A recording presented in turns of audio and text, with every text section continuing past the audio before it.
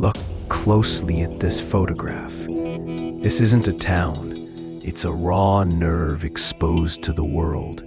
Deadwood, 1876.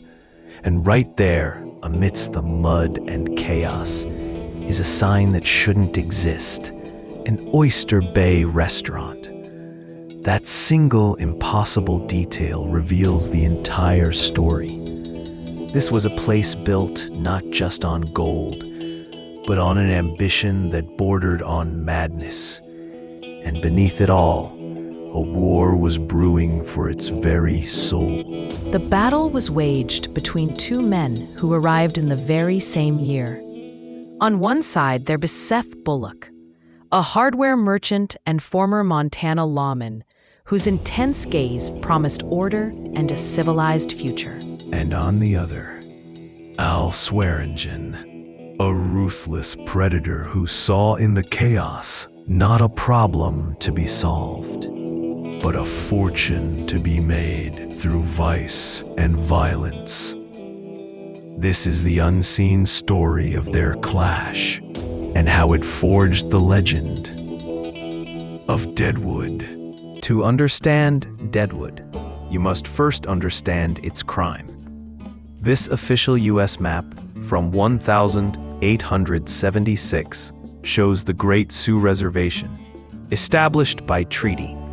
By law, it was sovereign land, off-limits to settlement. But inside that protected land, prospectors' maps showed a new town appearing from nowhere, Deadwood.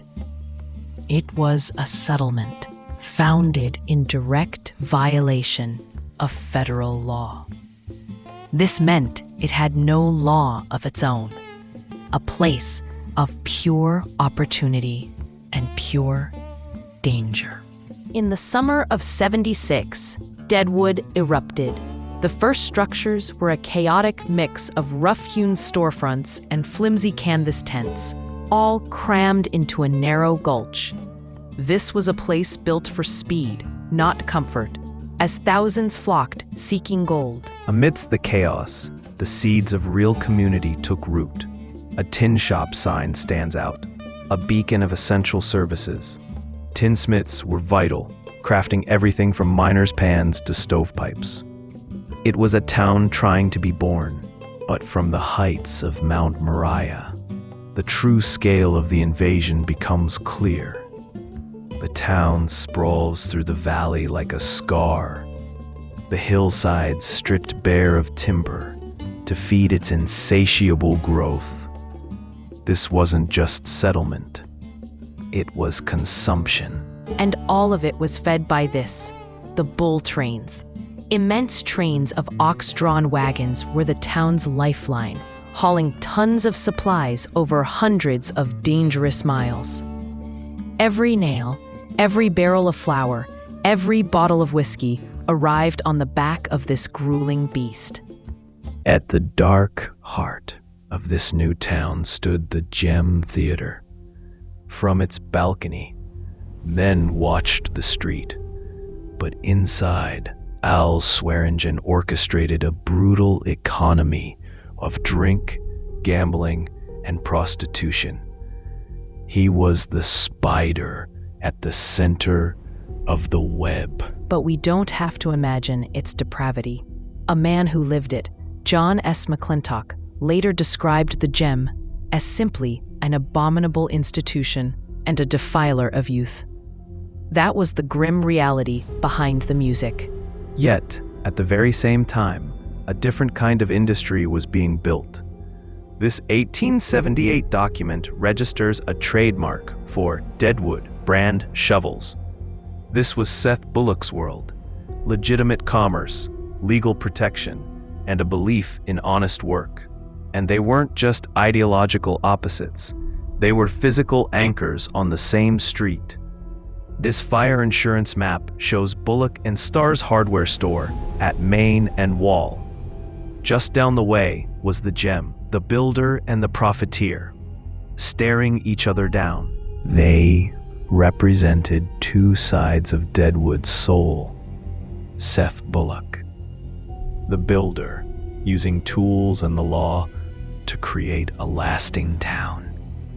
Versus Al Swerringen, the profiteer, using vice and fear to bleed a temporary camp dry. But how did a man like Bullock end up here? Born in Canada, he journeyed to Helena, Montana, establishing himself as a respected businessman. But in 1876, hearing tales of gold, he gambled it all, trekking to the chaotic new camp of Deadwood. The rush that drew both Bullock and Swerringen was sparked by this man, George Armstrong Custer. His 1874 expedition confirmed gold in the Black Hills, lighting a fuse that would lead to the illegal flood of prospectors onto protected land. Legends came to Deadwood, but they often died in squalor. The most famous gunman of the age, Wild Bill Hickok, didn't fall in a noble Main Street duel. He was shot in the back of the head during a poker game, holding what would forever be known as the dead man's hand. And in the chaos that followed, justice became a mockery. The killer, Jack McCall, claimed it was revenge, and an impromptu miners' court simply let him go. The most famous man in the West was murdered, and his assassin just walked free. Deadwood was out of control. Figures like Calamity Jane, a friend of Hickok's, embodied the town's wild spirit. But even she couldn't stop the anarchy. The demand for real law became a roar, and the territorial governor knew just the man for the job, Seth Bullock. It all started with this: a lone man, a pan, and a creek bed. This is placer mining. For every story of a massive strike, there were 1,000 untold tales of men who broke their backs for little more than a few gleaming flakes of dust. Simple pans soon gave way to more efficient methods, like the long wooden sluice box. Teams of men could now process tons of earth, washing it over ribbed slats to trap the heavier gold. The scale of the operation grew, and so did the scars on the land. And this is what it became: a monstrous, smoke-belching industrial complex. The day of the lone prospector was ending, replaced by the age of the wage worker. The air itself now tasted of progress and poison. This industrial might was controlled by men like George Hearst. He wasn't a prospector, but a tycoon who bought up the richest claims, including the legendary Homestake Mine. While others sifted through mud, Hearst built an empire. And this is what that empire needed to protect. A Wells Fargo treasure wagon hauling $250,000 in gold bullion in 1890. This was the legitimate wealth Bullock sought to protect, and the very prize that fueled the greed Sweringen's gem preyed upon. The wealth extracted from Deadwood would last for generations, funding the rise of George Hearst's son, William Randolph Hearst. The gold from the Black Hills helped build one of America's largest media empires, a legacy forged in mud and rock. While Bullock fought for order with the law and Swerringen ruled through fear, a third power was at work in Deadwood: community. Facing prejudice and neglect, the Chinese residents didn't wait for a sheriff to protect their homes. They formed their own fire brigade to protect themselves. And on July 4th, 1888, they became champions. For a town built of dry timber, the greatest threat wasn't a gunman, but a spark. In September 1879, a catastrophic fire swept through Deadwood, destroying over 300 buildings. The wooden town they all knew was simply gone. But where many saw only an end, Seth Bullock saw an opportunity. He helped lead the council, mandating that the new city be built of brick. This elegant city hall wasn't just a building, it was a statement of permanence, an act of defiance against the chaos. But Bullock wasn't the only one who saw opportunity.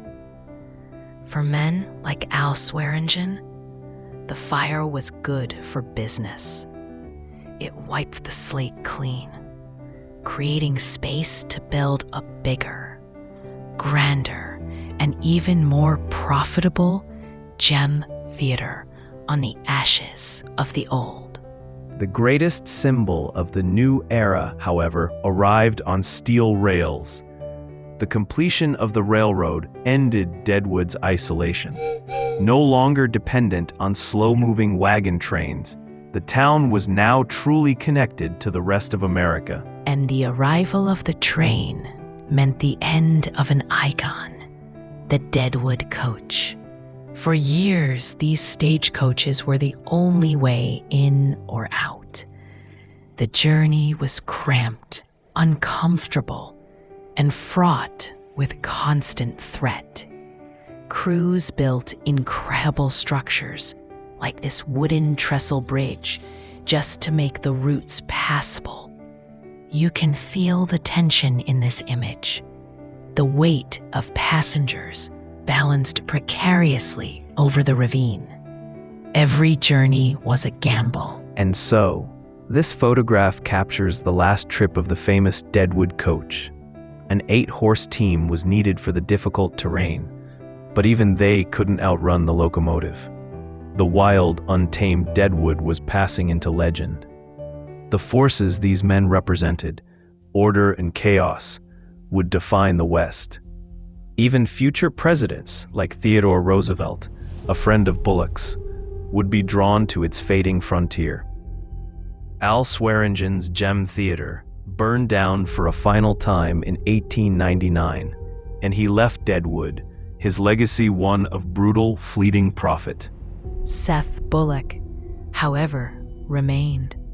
He built hotels, raised a family, and became a cornerstone of the community. He died in 1919 and was buried on a hill, overlooking the town he helped tame. His simple grave is a testament that while chaos is loud, it is the quiet, determined forces of order that ultimately endure. The battle for Deadwood's soul was over. If you found value in this journey into the past, we'd be obliged if you'd like this video and subscribe for more. And let us know in the comments, what hidden story of the Old West should we uncover next?